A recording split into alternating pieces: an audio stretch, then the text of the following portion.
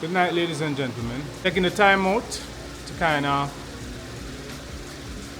set the record clear on some things and just to kind of educate the public and a few racers and the teams a little bit about drift Ruption, what happened at drift Ruption, and how we arrive at decisions at drift Ruption. Disclaimer, by the way, I am not an organizer. I don't speak on behalf of the organizers, and I don't speak on behalf of the other judges. I'm just relaying my understanding, my breakdown, and my opinions on how things are done and how things are run. I'm not saying that my opinion or my understanding is any different from the other judges. Just saying I have not had a conversation with them, and I'm not voicing their opinions. I'm just pretty much saying things from the perspective of Nigel Wilmot. All right, so that's a disclaimer. All right, so drift Ruption, for those who know, is a high-speed drift event. This is put on by Kingsley Scott's Auto, and we have 3 judges: myself, Sir Richard Rary, and Brandon Griffiths. Mr. Scott chose 3 of us: a judge from Montego Bay, a judge from Mandeville, and a judge from Kingston. That is 3. That is covering the island, each section of the island pretty much. East, middle of the island, and west.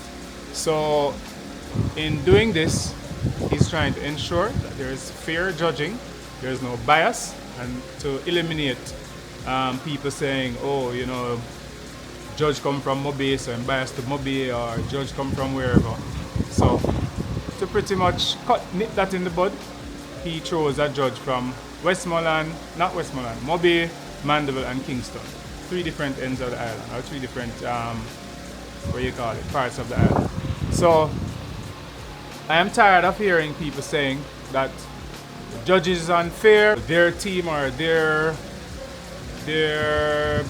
favorite driver shouldn't have lost in a round, or whatever the case is. I mean, this is something that you'll hear anytime you have competitions and you have, a body making decisions or judges or scoring.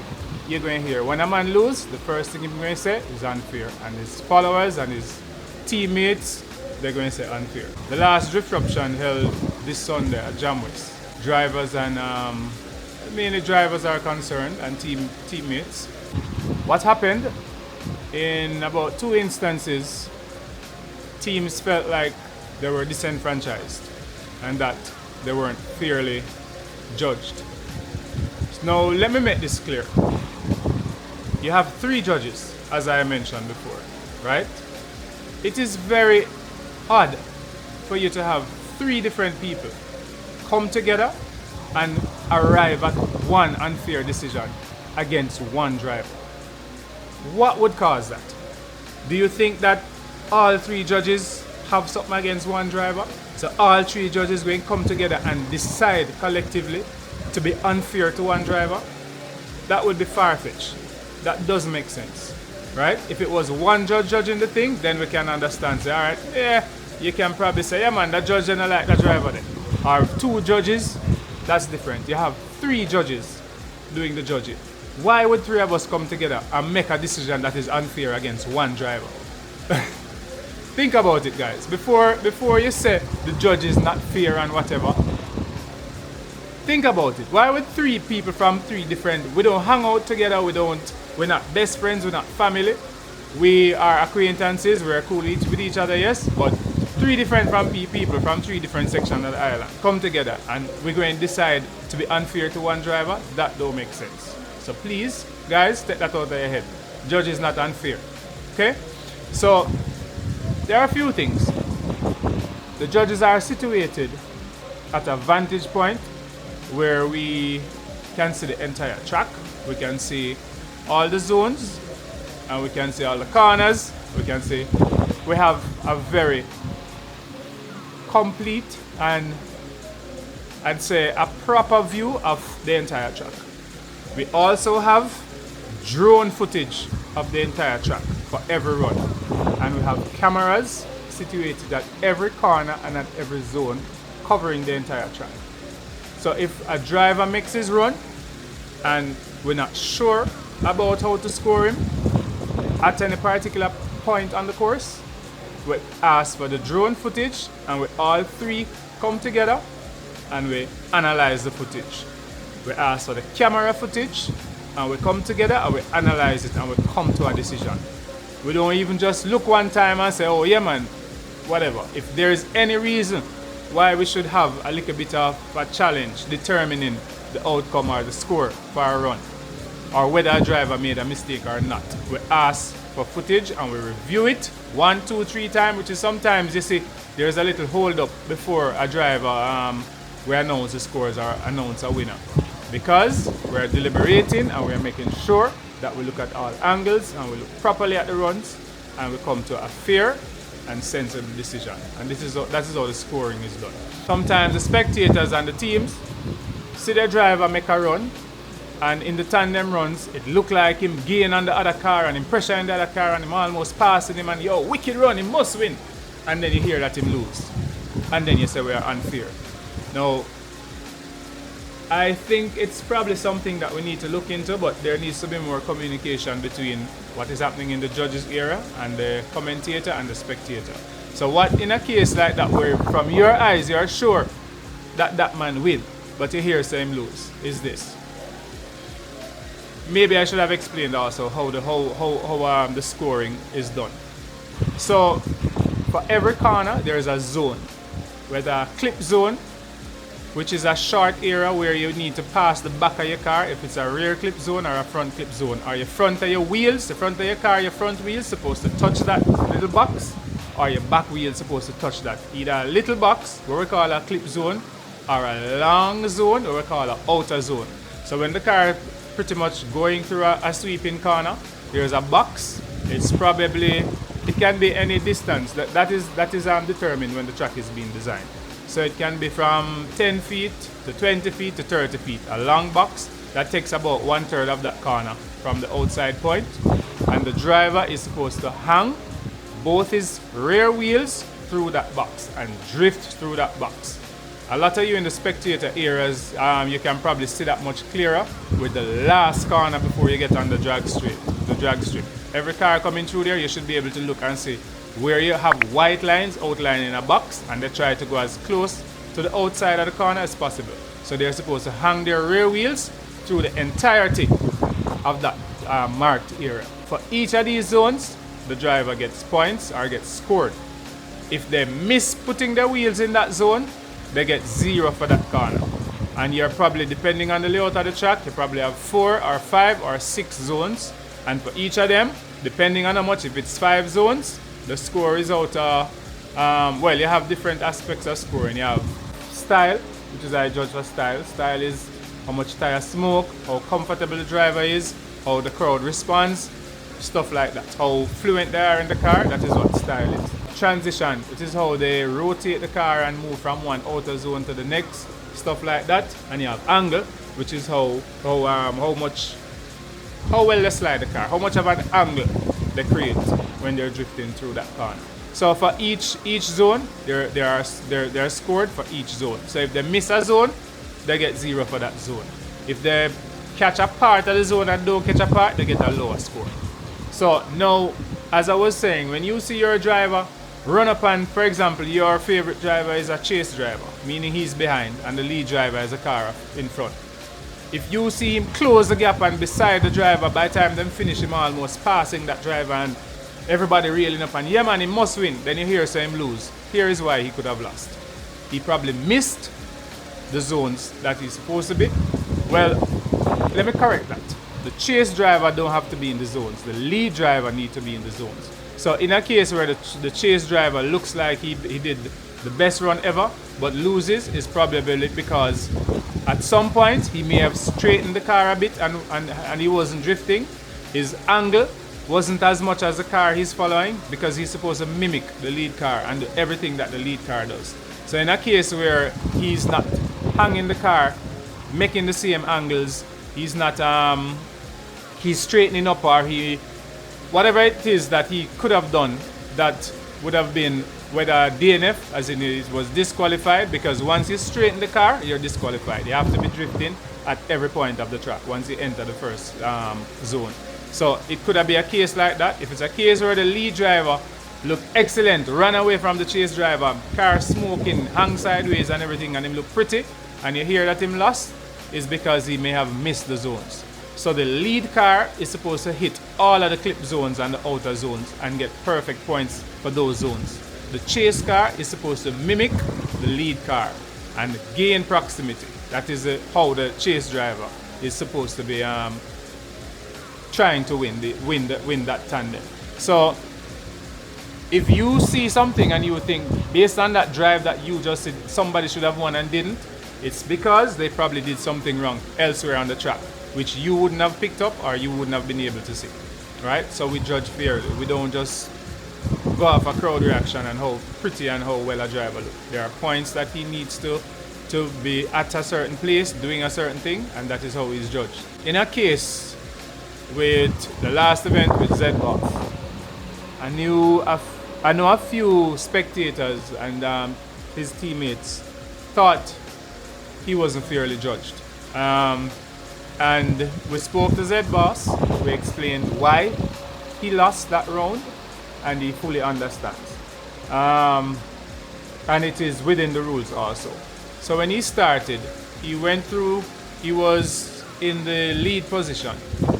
He went through the first outer zone perfectly, the first inner clip zone and the next outer clip zone. His rear wheels went off track. Both rear wheels went off the track. That's a DNF right there. That's in the rules. Once both rear wheels leave the track, it's a DNF. So both his wheels went off track. He almost spun out. He didn't spin out, but he almost spun out and hindered the chase car from continuing his drift. That is a DNF. Now this is something that is also in the rules. Once you stop drifting, it's an automatic DNF. Once both wheels or all four wheels leave the track, it's an automatic DNF. So when that happened, he DNF. That was a DNF for him. Now, if the lead driver DNF in the first run, he will have to, it's not just he lost that run, then he wins the second run and it's they have to go again, or he wins overall. No. Once there's a DNF, whether a run off, a spin off, basic DNF in the first run, the advantage goes to the opponent, which was the chase driver. So in this case where Z-Boss went off, Brandon would have had a huge advantage going into the next run. They did not have to drift any further, even though they continued to drift for the rest of the course, and that was irrelevant. They just did that because they felt like, or they didn't know that the run had ended. So once that happened, big advantage for Brandon.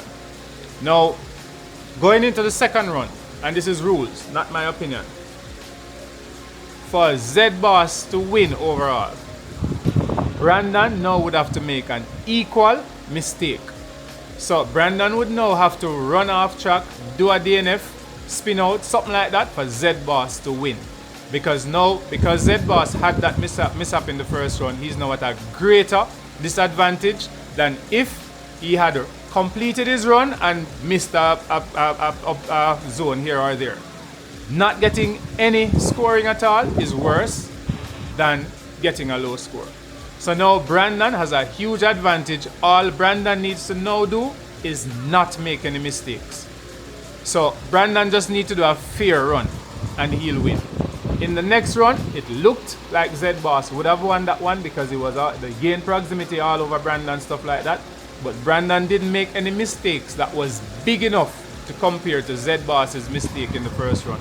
That is why Brandon won and Z-Boss was knocked out. Now I hope I'm clear on that. Z-Boss fully understands and he's fine with that decision.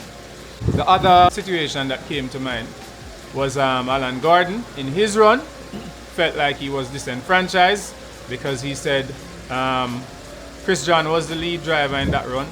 Chris John went through the first outer zone, hit the clip zone. In the second outer clip zone, the angle that Chris John pulled slowed his car down a little bit. Alan was not pulling the same angle, and therefore his car pretty much straightened up and he had to brake because he was about to hit Chris John. he stopped drifting, and that is why he lost that one, and that was basically a DNF in that second outer clip zone. They continued around the track, and the very last outer zone, again, Alan's car straightened up. Now, once you stop drifting and your car straighten up, that's a DNF. So the advantage went to Chris John. Alan thinks he was unfairly judged, but again, 3 judges not going to come to an unfair decision against one man. We don't have nothing against Alan, right? Alan was second place at the previous event. Second, he got a podium. So there is no reason for us to be fair when he's on podium and unfair when he gets knocked out. So let me make that clear. All 3 judges came to the decision that Chris John won that one. So it was not an unfair decision. So I'm just trying to clarify certain things and make the spectators and the teams understand how the judging is done. And I mean, those who know that some time ago, I personally had a little bit of a, me and Nick Taz had, what do you call it now? We had our differences, and up until recently, not even here, we don't heal each other, right? When Nick Taz, when I started judging, when Nick Taz performed well, he got even the highest score from my aspect of judging, from style. He won an event with me playing a key role in his score and his points, and at no point did I allow the fact that we had our differences hinder me awarding him what I thought he was worth at any of his runs. I was very fair in judging and scoring without being clouded by any differences that we may have had. So I am not the kind of person who is going to, because me and the man then really get along, me not gonna score him fairly or we not do them something. One thing is 3 things that is always sure about Wilmotorsports. No one will ever hear that Wilmotorsports lie, thief, or dishonest. Right?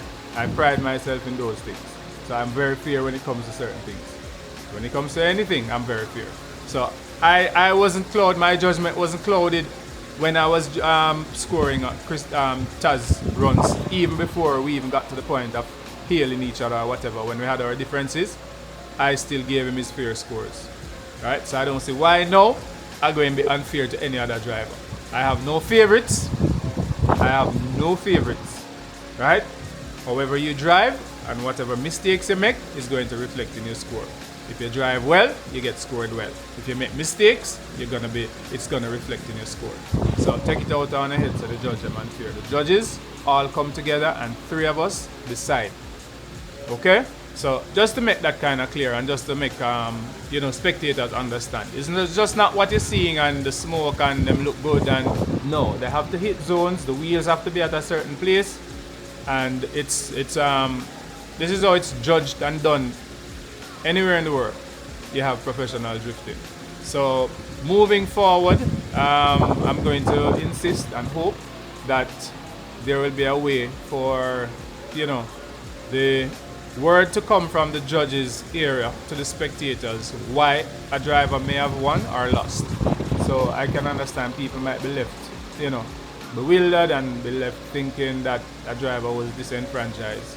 So communication is what is needed. Awesome event, Drift Ruption. That was the 3rd leg, and the winner for that one was Cutter Hyde. Big up Cutter Hyde. Previous one was Nick Taz, and the first leg of the Drift Ruption 2025 season was Chris John Addison. So we have the 4th leg coming up. This will be at Dover. Let's see who will take this one. Big shout out to all who turn out. Big shout out to Scott, the sponsors, all the drivers. Hopefully we can see more drivers for the next event. I was very torn between taking my car and not taking my car.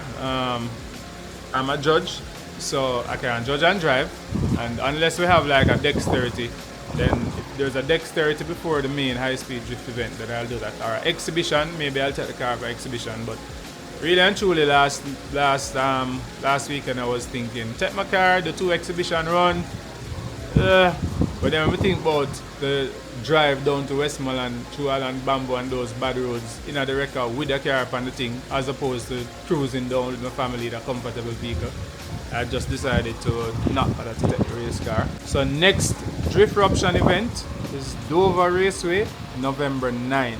And the final one is December 26 at Pines Plaza Junction. Here it is. Should be able to see the dates. So see you at Dover, November 9. Again, these were my views, not necessarily that of the other judges and not necessarily that of the organizer. This is from Nigel Wilmot. Big up and respect, and let's keep drifting.